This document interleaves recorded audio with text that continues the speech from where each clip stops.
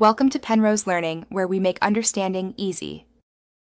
You start by creating a clean workspace and assembling tools: microfiber cloth, 70% plus isopropyl, dust stickers, and tweezers.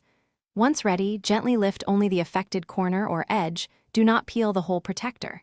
You lift just enough to access the gap. This prevents misalignment. While lifted, inspect for trapped dust or adhesive residue. Make sure to breathe evenly and work slowly. Quick jerks bend glass frames and brittle protectors. This measured approach sets you up for precise cleaning and reattachment. Once the edge is lifted, remove any dust with a dust sticker or very light tape. Dab, don't rub. Next, apply a tiny amount of isopropyl to the microfiber and clean the frame edge and protector underside. One directional wipe prevents streaks. If adhesive feels rigid, briefly warm the area with a hair dryer for 3 to 5 seconds to reactivate tackiness. Make sure to avoid overheating.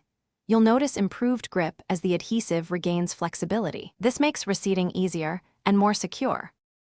You realign the protector to the screen edge, then lower it slowly while keeping steady pressure near the hinge point so alignment holds. Once set, press toward the lifted side using a soft card wrapped in microfiber to push air and ensure contact.